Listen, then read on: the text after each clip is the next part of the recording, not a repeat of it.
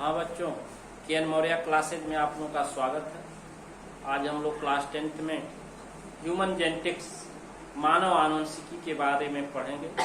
इससे पहले हम लोग मेंडल्स लॉ में आनुवंशिकी, जेनेटिक्स और आनुवंशिकी के नियम, आनुवंशिकता के नियम पढ़े थे। मेंडल ने अपने प्रयोग में आनुवंशिक लक्षण और आनुवंशिक पदार्थ के बारे में बताया। बच्चों, आनुवंशिक पदार्थ क्या है? यह एक प्रकार का न्यूक्लिक अम्ल डीएनए है जो न्यूक्लियस में विद्यमान रहता है। न्यूक्लिक अम्ल डीएनए के द्वारा ही आनुवंशिक लक्षण उत्पन्न होते हैं, इसीलिए डीएनए को आनुवंशिक पदार्थ कहते हैं। ऐसे लक्षण जो पीढ़ी दर पीढ़ी स्थानांतरित होते रहते हैं, माता पिता से संतानों में पहुंचते रहते हैं, उन लक्षणों को आनुवंशिक लक्षण कहते हैं और दोनों के अध्ययन की शाखा को आनुवंशिकता कहते हैं।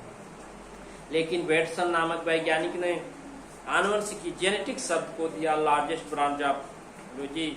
इसमें सबसे बड़ी शाखा थी जेनेटिक्स, जिसके अंतर्गत आनुवंशिकता, धन आनुवंशिक पदार्थ और आनुवंशिक लक्षण तीनों का अध्ययन करते हैं।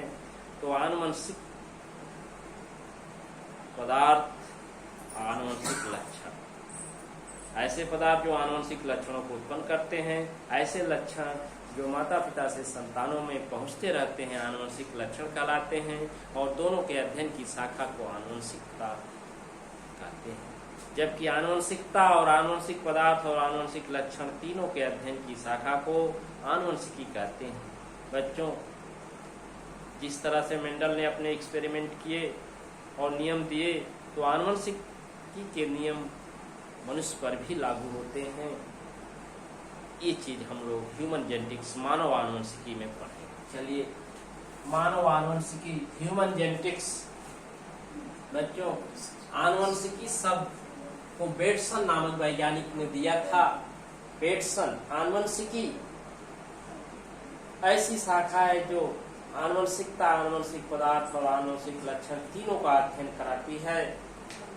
जबकि जेनेटिक्स हेरिडिटी मटेरियल और हेरिडिटी कैरेक्टर्स, इसी के साथ जो है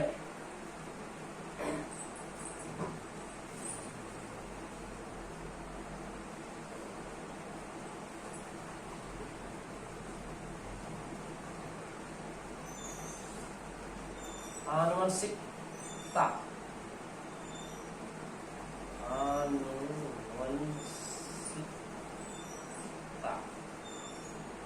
आनुवंशिकता, धन आनुवंशिक पदार्थ, धन आनुवंशिक लक्षण, ये तीनों का अध्ययन कराने वाली ये शाखा है जेनेटिक्स, आनुवंशिकी।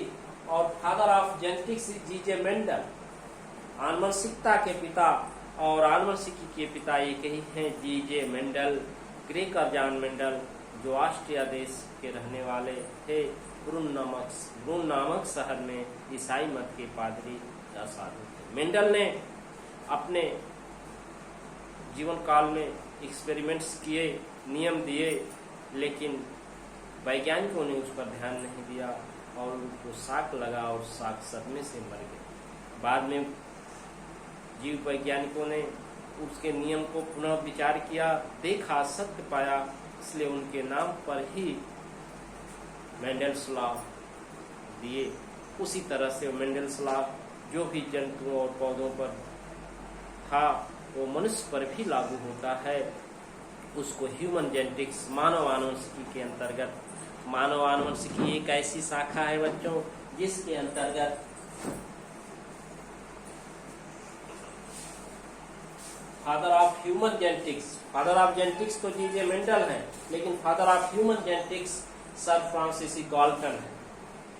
तो आनुवंशिकी के पिता और मानव आनुवंशिकी के पिता दोनों याद रखेंगे कि आनुवंशिकी के पिता जी.जे. मेंडल और मानव आनुवंशिकी के पिता सर फ्रांसिस गाल्टन है।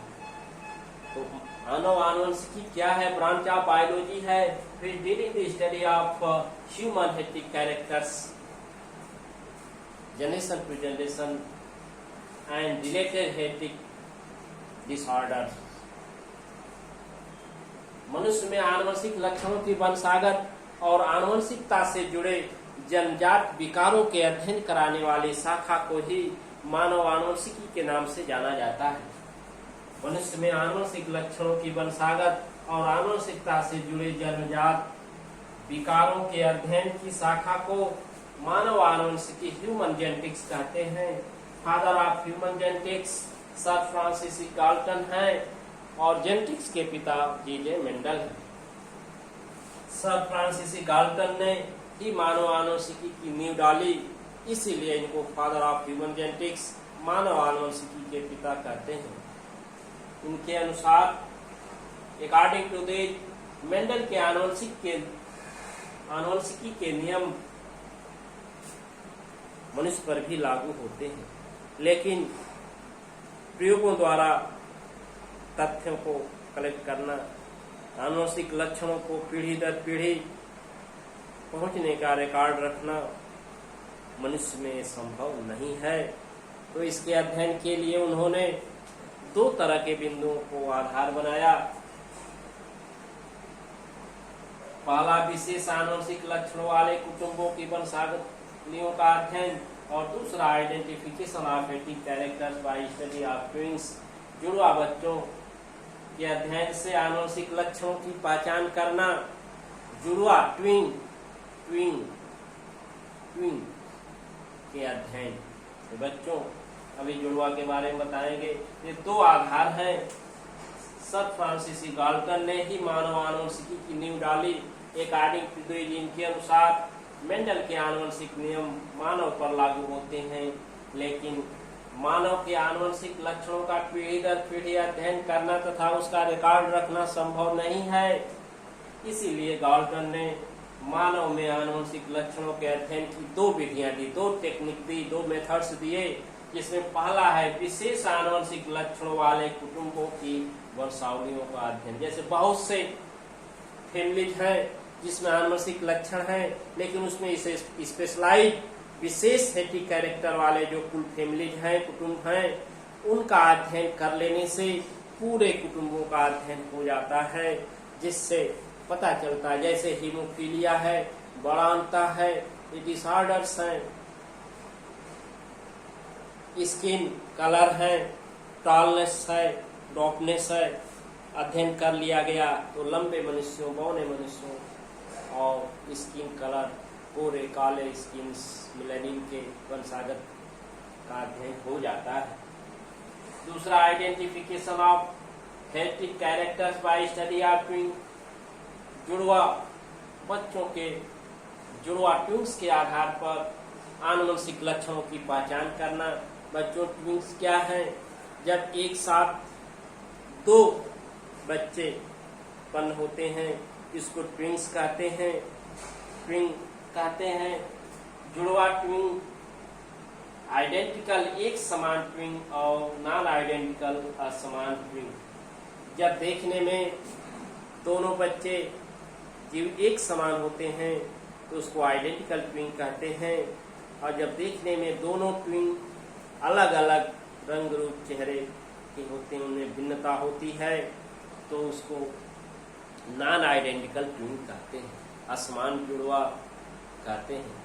अब समान जुड़वा आइडेंटिकल ट्विन कैसे होते हैं? जब at the time of fertilization, बच्चों निषेचन के समय नर और मादा युग्मकों का संलयन होता है, फर्टिलाइजेशन होता है, युग्म जाइगोट बनता है, तो क्लीवेज इन जाइगोट, जब एक ही जाइगोट के विदलन डिवीजन से 2 जाइगोट्स बन जाते हैं, उनका केंद्रक 2 भागों में विभाजित हो जाता है, तो उस दोनों जाइगोट युग्मनज से 2 भ्रूणों का निर्माण हो जाता है, और दोनों भ्रूणों का भ्रूण विकास और भ्रूण अवस्थाओं के पश्चात 2 बच्चे जन्म लेते हैं, जो रंग रूप लंबाई में एक समान होते हैं।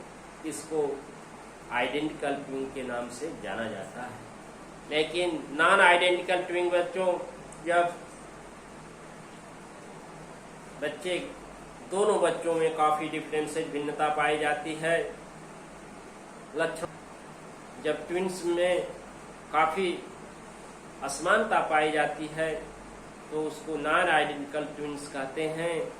जैसे ये कैसे बनते हैं, कब बनते हैं, तो at the time of fertilization, निषेचन के समय बच्चों, जब निषेचन के समय नर और मादा युग्मकों का संलयन होता है तो बहुत से नर युग्मक होते हैं, लेकिन मनुष्य में यदि दोनों अंडाशयों से दो मादा युग्मक बने हुए हैं और दोनों को अलग अलग दो नर युग्मक एक साथ संलयित हो करके फर्टिलाइज कर देते हैं, अर्थात 2 मेल गैमेट्स फर्टिलाइज 2 एग, तो उससे 2 अलग अलग जाइगोट बनते हैं और दोनों जाइगोट से 2 अलग अलग भ्रूणों का निर्माण होता है और दोनों भ्रूणों की वृद्धि और विकास, एम्ब्रियोनिक डेवलपमेंट और एम्ब्रियोनिक कंडीशन, भ्रूणी विकास और भ्रूणी अवस्थाओं के पश्चात चाइल्ड ऑफ बर्थ जो होता है वो असमान ट्विंस होते हैं। वो देखने में रंग रूप में अलग अलग होते हैं, काफी भिन्नता पाई जाती है।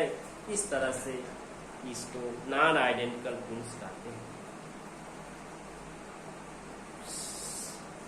श्यामी जुड़वा बच्चों जब पूरी बॉडी एक साथ जुड़ी रहती है और सिर अलग हो जाते हैं, पूरी बॉडी सेपरेट नहीं हो जाती है, उसको श्यामी जुड़वा बच्चे के नाम से जाना जाता है। तो इस तरह से फ्रांसीसी गाल्टन ने जो ट्विंस स्टडी, ट्विंस के अध्ययनों के आधार पर जेनेटिक कैरेक्टर की पहचान किया, आनुवंशिक लक्षणों की पहचान बताई, तो इस तरह से आइडेंटिकल और नॉन आइडेंटिकल ट्विंस के अध्ययन से पता चलता है। आज हम लोग बच्चों इस वीडियो में